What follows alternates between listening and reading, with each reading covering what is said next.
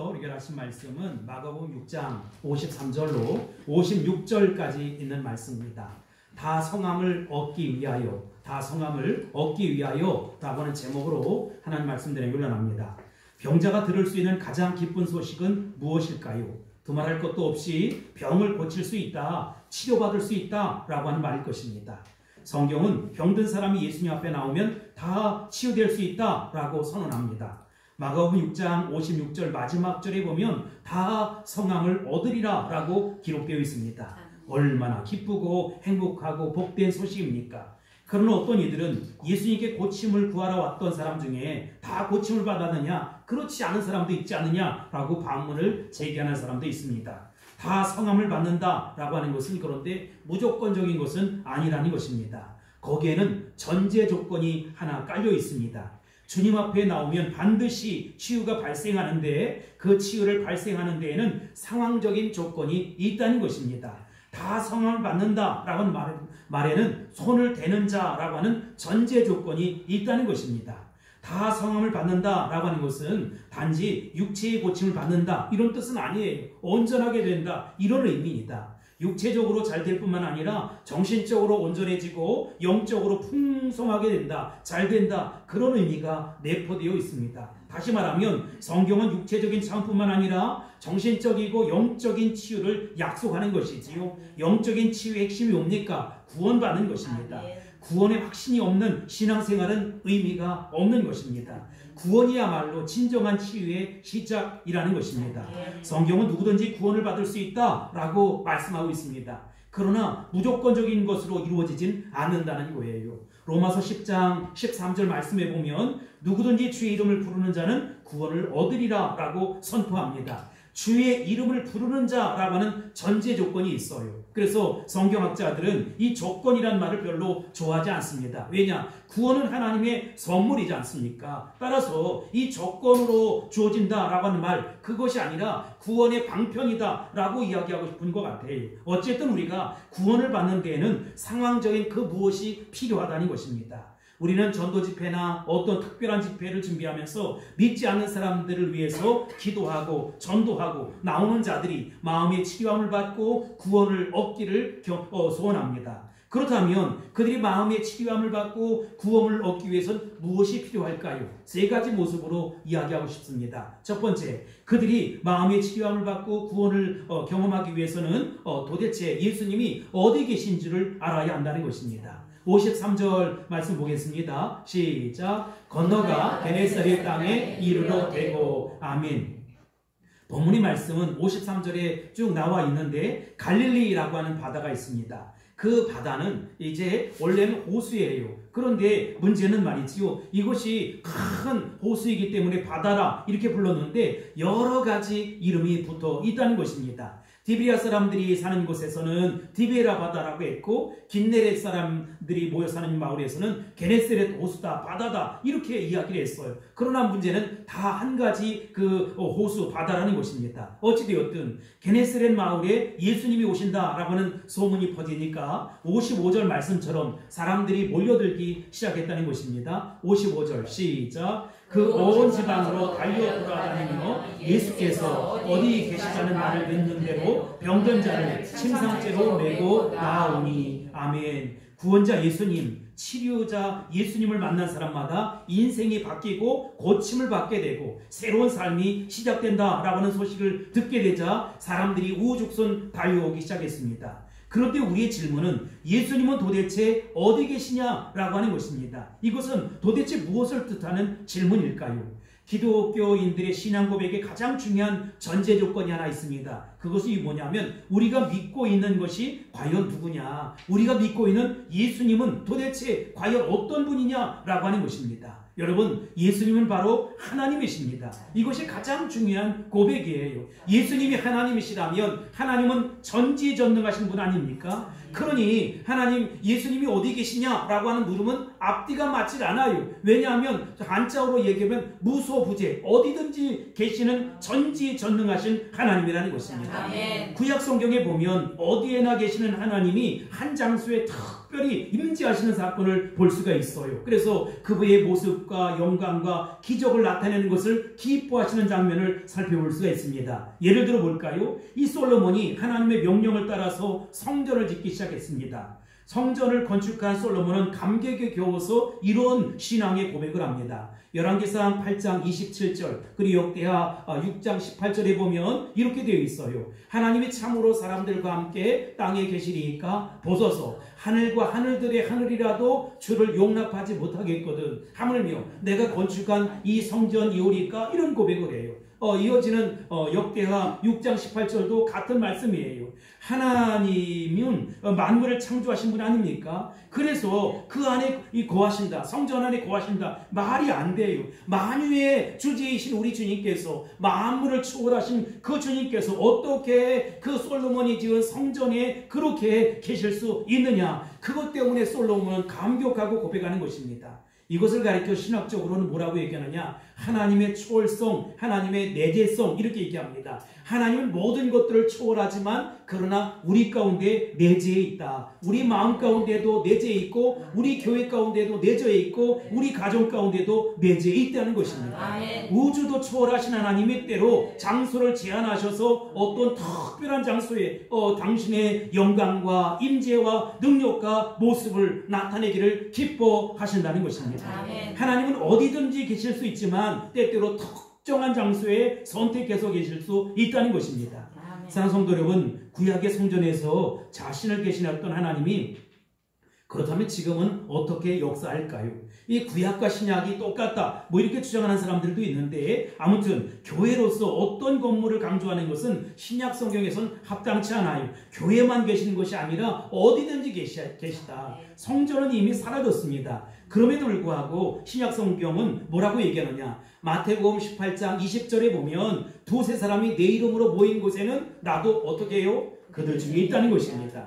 두 사람, 세 사람 모인 그곳에 우리 주님이 계시다는 것입니다. 아멘. 그래서 예배는 특별한 의미가 있는 것이지요. 예배는 우리 주님의 임재를 특별한 의미에서 우리가 경험하고 체험할 수 있어야 된다는 것입니다. 아멘. 그분이 우리 가운데 계셔 이런 느낌 말고 이런 인격적으로 그분이 진정 우리 가운데 경험되고 체험될지어다. 아멘. 출애굽기 34장 29절에 보면 모세가 한 산에 올라가요. 그 산이 어떠냐? 신의 산이라는 것입니다. 40일 동안 그 신의 산에서 하나님과 교제를 해요. 그리고 난 이후에 십계명 돌판 2개를 가지고 내려오잖아요. 그럴 때 출애굽기 34장 29절에 보면 이렇게 얘기합니다. 시작. 모세가 그 증거의 2판을 모세의 손에 들고 신의 산에서 내려오니 그 산에서 내려올 때에 모세는 자기가 여호와와 말하였으므로 말미암아 얼굴 피부에 광채가 나나 깨닫지 못하였더라. 아멘. 모세의 얼굴에 뭐가 났대요? 광채가 났다는 거예요. 아까 그림에 있잖아요. 모세 얼굴에 광채가 나니까 사람들이 보질 못하는 거예요. 아니 40일 동안 우리 하나님과 함께 있으니까 그 얼굴에 광채 나기 시작했다는 것입니다. 그래서 감히 이스라엘 백성들이 모세의 얼굴을 쳐다볼 수가 없었어요. 그러니까 어떻게 합니까? 수건으로 자기 얼굴을 가리우는 그 이야기가 나오지 않습니까? 하나님의 영광을 맛본 사람들의 얼굴 속에는 하나님의 영광이 고스란하게 드러나게 된다는 것입니다. 아멘. 똑같은 예가 사도행전에도 나와 있어요. 스데반 집사님이 순교하는 장면입니다. 우리가 사도행전 6장 15절 말씀에 보니까 이런 설명이 있습니다. 공회 중에 앉은 사람들이 다 스데반을 주목하여 보니 그 얼굴이 천사의 얼굴과 같더라. 아멘. 여러분, 하나님 보좌 우편에 서서 계시는 예수님을 바라보니까 그 스데반의 얼굴이 누구의 얼굴 같았대요? 천사의 얼굴 같았다는 것입니다. 그 하나님의 얼굴이 스데반의 얼굴에 투영이 되어서 천사의 얼굴과 방불했다는 것입니다. 이것이 바로 우리 성도들의 영광이라는 것입니다.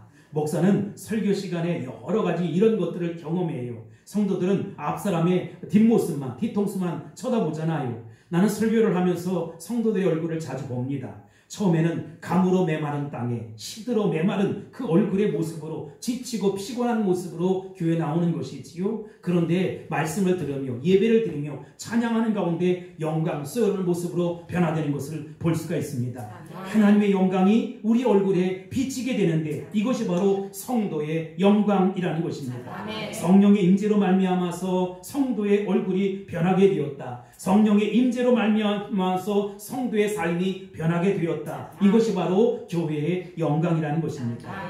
이 시대에 탁월한 설교가 있던 마틴 로이드 존스라고 하는 목사님이 계십니다. 그런데 그 목사님이 뭐라고 얘기했느냐? 예배는 그리스도인이 이 땅의 삶에서 체험할 수 있는 가장 황홀한 로맨스라는 것입니다. 하나님의 임재가 있기 때문에 로맨스를 느낀다는 것이지요. 로맨스가 뭡니까? 사랑하는 사람을 생각하는 것입니다. 하나님을 생각하는 사람들, 하나님을 사랑하는 사람들이 함께 모여서 주님을 찬양하고 예배하는 그곳에 당신의 모습을 계시한다는 것입니다. 그리고 우리는 찬양 중에, 예배 중에, 기도 중에 주의 임재를 경험하고 체험하게 된다는 것입니다. 그 하나님의 임재를 경험하고 체험하면 어떻게 되느냐? 내 삶에 꿈틀꿈틀 변화의 역사가 일어나는 거예요. 인격적으로 변하고, 삶이 변하고, 말이 변하고, 태도가 변하고, 상황이 변하고, 환경이 변하고, 모든 것들이 변합니다. 왜 그렇습니까? 하나님을 만났기 때문이라는 것입니다. 예배에는 특별한 하나님의 축복이 있습니다. 특별히 준비한 예배, 주님을 기대하고 갈급하는 그곳에는 특별한 주의 임재와 역사가 나타난다는 것입니다.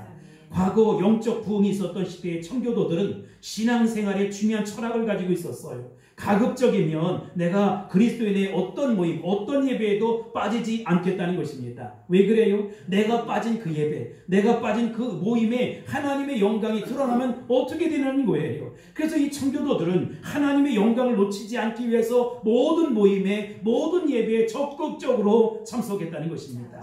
교회는 때때로 특별한 준비와 기대감을 가지고 부활절에 영혼 추수 시합을 한다든지 또는 추수감사절에 새생명 전도운동을 한다든지 이런 집회를 준비합니다.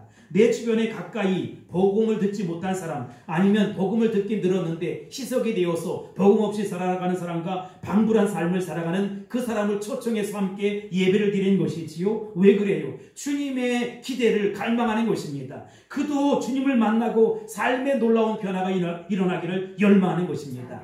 우리가 기대하고 사모할 때 주님은 당신의 영광을 고스란히 드러내고 계시한다는 것입니다. 오늘 우리 게네사렛 마을에 예수님이 오셨잖아요. 사람들이 그 소식을 듣습니다. 그래 주님 앞에 달려가요. 영혼들이 기대했던 것이 무엇입니까? 주의 임재를 경험하고 싶다는 것이지요. 나도 예수님 만나서 삶의 놀라운 변화가 있다는 것입니다. 여러분 다시 묻습니다. 우리 주님은 어디 계십니까? 무소부재 어디든지 계시다는 것입니다. 내가 사모한다면 그곳에서 주의 임재와 능력을 경험하고 체험하게 될 것입니다.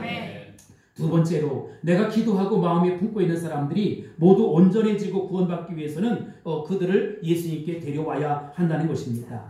55절 말씀에 보면 그 온 지방으로 달려 돌아다니며 예수께서 어디 계시다는 말을 듣는 대로 병든 자를 침상째로 메고 나오니 라고 말씀하고 있습니다. 병든 자를 어떻게 해요? 침상째로 메고 나왔다는 것입니다. 이 말은 무슨 말이냐? 스스로 일어날 수 없는, 스스로 걸을 수 없는 그 사람들을 사랑하니까 데리고 나오는 거예요. 옆에서 여러분 우리가 이렇게 도와줘야 돼요. 하나님의 나라가 그 마음속에 임하기 전까지 사탄 마귀가 그가 구원받는 것을 좋아할까요? 싫어할까요?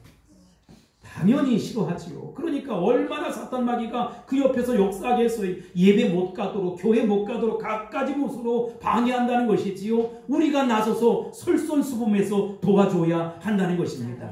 오늘 침상을 들고 예수님께 그들을 데리고 왔잖아요. 자기의 힘으로 도저히 주님 앞에 나올 수 없어요. 자기 마음으로, 자기 생각으로 도저히 나올 수 없어요. 그런 우리들은 포기하지 아니하고 예수 심장 가지고 구원의 열정을 가지고 그들을 주님 앞에 나오게 해야 한다는 것입니다. 아멘. 왜요? 주님 만나면 그도 달라질 테니까, 주님 만나면 그 삶이 변화될 테니까, 주님 만나면 그 삶도 새로워질 테니까.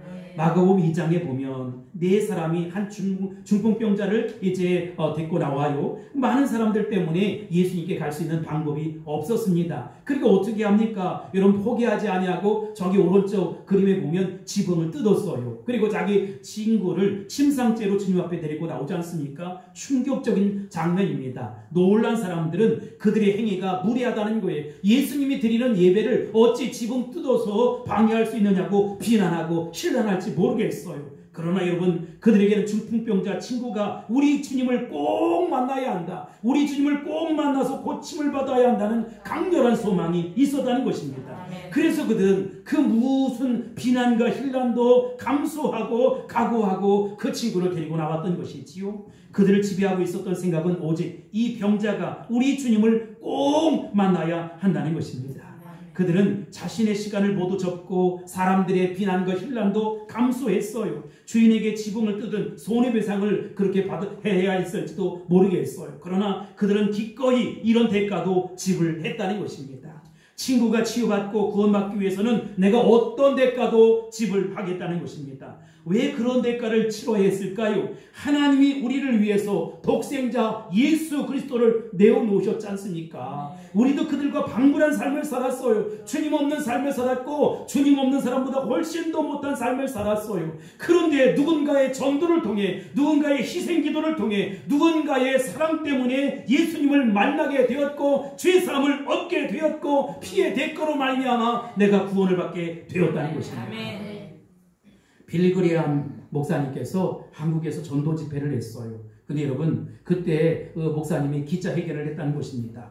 당신들은 기자가 묻습니다. 그 다음 장면에 보면 수없이 많은 돈과 경비를 들여서 이 전도 집회를 준비했는데 그것이 과연 그럴 만한 가치가 있습니까? 차라리 사회봉사기관에 기부하는 것이 낫지 않겠습니까? 라고 이야기하자 이 빌리그리암 목사님이 이렇게 대답하는 것입니다. 만약 이 전도대회에서 한 사람이라도 구원을 받는다면 나는 이 전도대회를 치르면서 드린 모든 경비의 값어치가 충분히 있다고 생각합니다. 왜냐하면 한 영혼의 가치는 이 세상의 가치보다 더 소중하기 때문입니다. 여러분, 이것이 바로 하나님 아버지의 마음입니다. 우리를 구원하기 위해서, 우리가 구원받기 위해서 하나님은 당신의 아들 예수님을 십자가에 기꺼이 내놓으셨어요. 십자가상에서 그분은 살을 찢으시고 물과 피를 다 쏟게 만드셔서 인류 구원을 완성해 주셨고 저와 여러분의 구원을 완성해 주셨다는 것입니다. 아멘. 그리고 우리가 예수님 믿기까지 신앙의 성숙을 위해서 수많은 사람들의 사랑의 손길이 있었고 섬김의 눈물이 있었고 기도가 있었다는 것입니다. 아멘. 우리는 이처럼 많은 사람의 사랑과 관심과 기도로 하나님을 알게 되었고 예수 그리스도를 나의 구주와 주님으로 영접하게 되었다는 것입니다. 그러니 나는 세상의 빚진 자입니다. 그러니 나는 하나님 나라의 빚진 자입니다. 나를 위해 기도하고 수고한 그 모든 많은 손길을 꼭 기억하며 살 수 있어야 된다는 것이지요.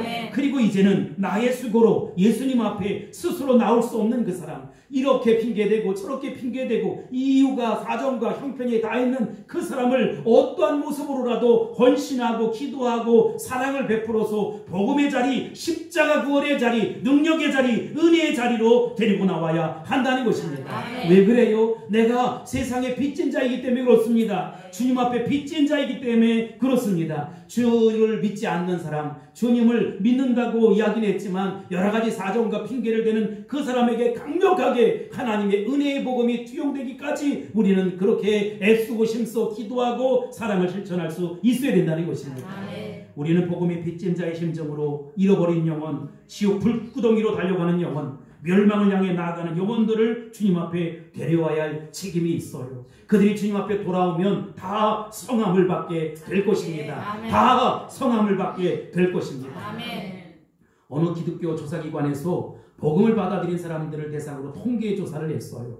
조사 결과 한 사람이 예수 믿기까지 평균 4사람에게서 복음 전도를 들었다는 것입니다. 그리고 4사람이 복음 전도를 했을 뿐만 아니라 14사람 이상이 그를 위해서 기도해 주었다는 것입니다. 그러니 우리가 세상에 나가 복음 전할 때 첫 번째 전하는 그 사람에게는 그가 돌아올 가능성이 별로 없는 거예요. 열매가 없어요. 그러나 여러분, 헛된 것이 아니라는 것입니다. 그것이 기반이 되어서 한 사람, 두 사람, 세 사람, 네 사람이 전도를 하면 열매를 맺을 수 있는 것이고, 그가 온전히 하나님 앞에 세워질 때까지 적어도 14사람 이상의 눈물의 기도가 있기 때문에 가능한 것이지요. 그러니 그가 내가 전하는 복음, 예수 복음, 십자가 복음 당장 거절한다고 그것 때문에 포기할 필요 하나도 없어요. 여러분, 나를 지나서 세 사람이 먼저 갔다면 열매를 맺을 것이고, 내가 첫 번째라면 앞으로 세 사람 더 지나면 그도 주님 앞에 돌아올 가능성이 얼마든지 있다는 것입니다. 아멘. 그러므로 하나님의 일을 하는 많은 사람, 주의 복음을 증거하는 많은 사람, 열심히 애쓰고 힘써 복음의 씨를 뿌릴 수 있게 되길 바랍니다. 아멘. 하나님 말씀을 증거할 수 있게 되길 바랍니다. 아멘. 부지런하여 게으르지 말고 열심을 품고 주를 섬겨 보자는 것입니다. 아멘. 갈라디아서 6장 9절에 보면 복음을 증거하는 사람들이 놓쳐서는 안 될, 하나님의 일을 하는 사람들이 놓쳐서는 안 될 아주 귀중한 은혜가 있습니다. 갈라디아서 6장 9절, 우리가 선을 행하되 낙심하지 말지니 포기하지 아니하면 때가 이름에 거두리라. 아멘. 여러분, 예전 성경에 우리가 선을 행하되 낙심하지 말지니 피곤하지 아니하면 이렇게 되어 있어요. 내가 복음 전하는데 자꾸 이 핑계에 저 핑계 된다는 거예요. 교회 간다고 그랬다 안 간다 그러고 온다고 그랬다 안 온다는 거예요. 그리고 우리가 선을 행하되 낙심이 돼. 아유 피곤해. 아유 신경질나. 짜증나. 자존심 상해. 그리고 포기하지 아니하면 때가 이르면 어떻게 됩니까? 거두게 되는 것이죠. 사랑하는 성도 여러분, 그들을 주님 앞에 데려와야 합니다. 복음의 빚진 자의 모습으로 데려와야 하는 것입니다. 계속 떨어지는 물방울이 바위를 뚫는다는 것이지요. 하나님께서는 사람들이 복음을 듣는 순간 바로 회심이 일어날 것이다 라고 말씀하시지 않았어요. 다만 말씀이 헛되이 돌아오지 않는다는 것입니다. 무슨 말입니까? 바위를 뚫는 물방울 하나하나가 헛되지 않다는 거예요. 물방울 하나하나가 떨어진다고 해서 바위가 뚫어지겠느냐? 말도 안 된다. 있을 수도 없다. 그러나 여러분, 계속해서 물방울이 떨어지면 바위도 뚫어지게 된다는 것입니다. 딱딱한 마음, 말도 안 되는 그 마음 속에 예수 복음, 십자가 복음의 정수가, 진수가 들어가기만 하면 그도 예수 닮은 하나님의 사람으로 변화되어 돌아오게 된다는 것입니다. 그러니 우리가 끊임없이 계속해서 말씀을 전할 수 있게 되길 바랍니다. 끊임없이 예수 복음, 십자가 복음 전할 수 있게 되길 바랍니다. 계속해서 복음을 전하다 보면 하나님 나라 성교 완성이 그 마음속에도 이루어진다는 것입니다. 우리가 세 번째로 내가 기도하고 있는 사람들이 다 성함을 얻기 위해 변화되고 새로워지기 위해서 뭘 해야 되느냐? 그들이 예수님을 향해 손을 내밀도록 그렇게 만드는 것입니다. 56절 보겠습니다. 56절 시작. 아무데나 예수께서 들어가시는 지방이나 도시나 마을에서 병자를 시장에 두고 예수께 그의 옷가에라도 손을 대게 하시기를 간구하니 손을 대는 자는 다 성함을 얻으리라. 아멘. 여기서 손을 댄다는 것은 우리 주님이 나를 정말로 고쳐주신다라고 하는 믿음을 나타내는 거예요. 믿음으로 손을 내미는 것입니다. 예수님, 나를 고쳐주세요. 나를 변화시켜주세요. 내가 당신을 온전히 믿습니다. 라고 손 내미는 순간, 예수님을 만지리는 순간 우리 주님의 능력이 고스란히 나에게 흘러 들어온다는 것입니다. 그러면 나는 새로워지고 달라지고 변화되는 것이지요. 여러분, 하루아침에 인격적인 변화가 일어나진 않아요. 하루아침에 사람이 성인이 되는 것은 아니에요. 그러나 복음의 능력이 고스란히 나타나서 10년, 20년, 30년 주님 앞에 가는 그날까지 한 걸음 한 걸음 달라지고 새로워진다는 것을 믿으시기 바랍니다. 아멘. 우리가 그들을 데려올 수는 있지요. 여러분, 우리가 할 수 있는 일은 거기까지입니다. 복음을 설명해 줄 수 있어. 예를 들어 사형리를 이야기해 준다든지 설명을 할 수 있어요. 그러나 그가 주님 앞에 돌아오는 것은 오로지 성령의 역사라는 것입니다. 그들이 예수님 믿고 구원을 얻게 되는 것은 우리가 할 수 없어요. 이것은 누가 할 수 있습니까? 하나님 아버지께서만 할 수 있는 일이에요. 우리는 하나님이 하시도록 오로지 기도하고 전도하는 것뿐이지요. 여러분, 그러니 우리가 정말로 전도하다가 실망하거나 전도하다 낙심할 것이 아니라 끝까지 예수 복음, 십자가 복음 의지하고 나갈 수 있게 되길 바랍니다. 아멘. 그러면 그들도 언젠가 믿음이 생길 것이고 구원의 확신과 감격 속에 살아가게 될 것입니다. 미국 남북전쟁 당시에 에브라함 링컨이라는 대통령이 있었어요. 자주 그는 이 전쟁 중이니까 그 야전병원에 찾아가서 부상자들을 위로했다는 것입니다.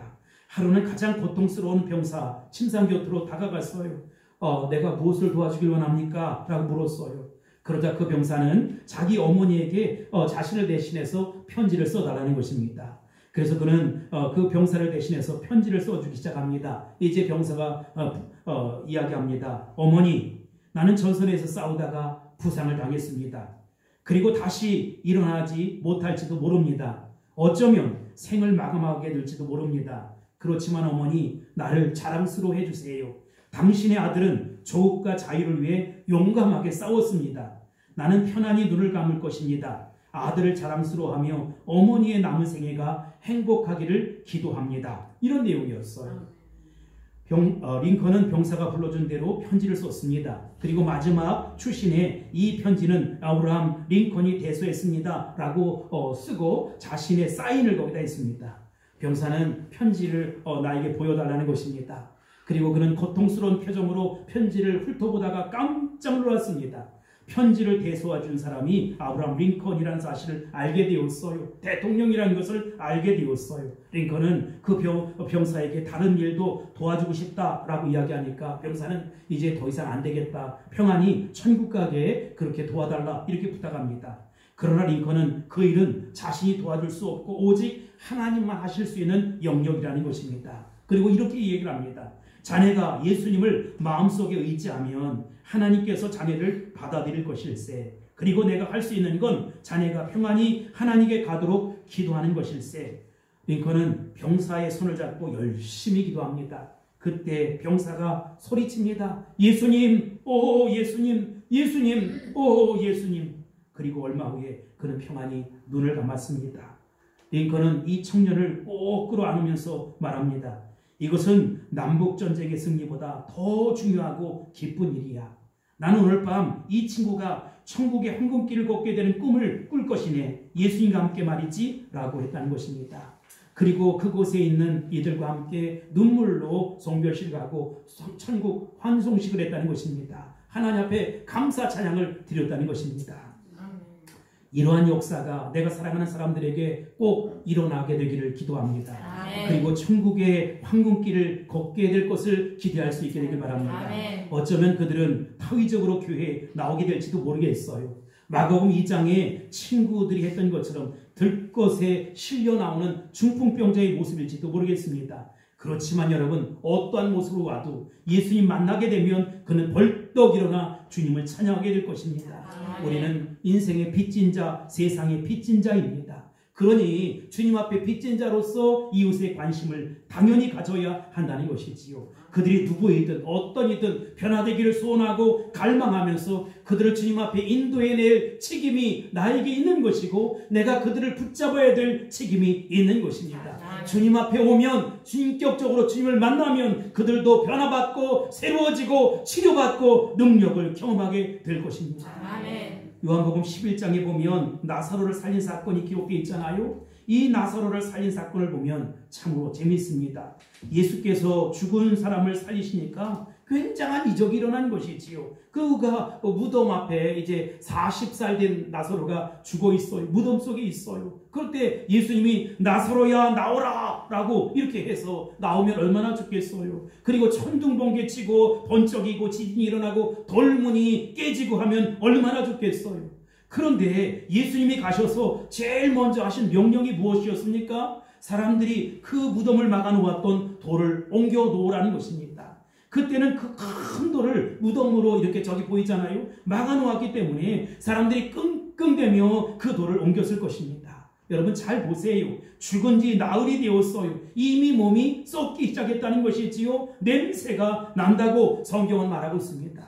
그런데 냄새가 나는 나사로 무덤에 가서 돌을 옮기라는 말씀은 이 시대로 이야기하면 무슨 얘기입니까? 사람이 이미 죽어서 시신을 관에 넣고 땅에 묻었는데 그 묻었던 관을 다시 파라는 것 아니겠습니까?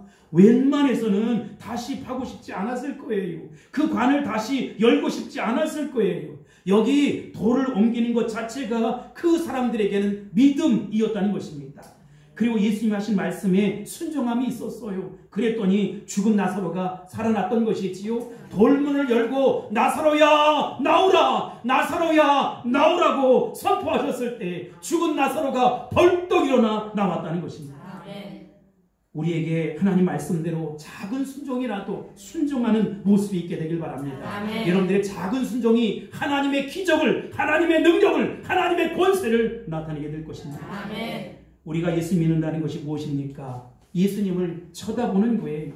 이사야서 45장 22절 말씀에 보면 땅의 모든 끝이요 내게로 돌이켜 구원을 받으라. 나는 하나님이라 다른 이가 없느니라. 이렇게 말씀하고 있습니다. 매 순간 예수 그리스도만 바라보시기 바랍니다. 아멘. 그러면 삽니다. 상황이, 형편이, 모양이 어떻다고 이야기하지 마세요. 예수님 바라보세요. 예수님 바라보면 삽니다. 그것이 우리 기독교입니다. 예수 그리스도를 바라보는 것이 바로 믿음이라는 것입니다. 히브리서 12장 1절로 2절에 보면 이러므로 우리에게 구름같이 둘러싼 허다한 증인들이 있으니 모든 무거운 것과 얽매이기 쉬운 죄를 어떻게 해요? 벗어버리고 인내로써 우리 앞에 당한 경주를 경주하라는 것입니다. 2절 믿음의 주여 또 온전케 하시니 누굴 바라보자? 예수를 바라보자. 그는 그 앞에 있는 기쁨을 위하여 십자가를 참으사 부끄러움을 개의치 아니하시더니 하나님 보좌 우편에 앉으셨느니라. 아멘. 우리는 앞에 어떤 기쁨이 나타날지 몰라요. 그러기 여러분 십자가를 참아야 돼요. 부끄러움도 개의치 말아야 돼요. 자존심이 상한다고요. 속상해 견딜 수 없다고요. 화가 치민다고요. 여러분 그는 그 앞에 있는 기쁨을 위해서 십자가를 참으셨습니다. 부끄러움을 개의치 않으셨습니다. 결과가 뭡니까? 하나님 보좌 우편에 앉는 놀라운 축복을 경험하고 체험하게 되었다는 것입니다.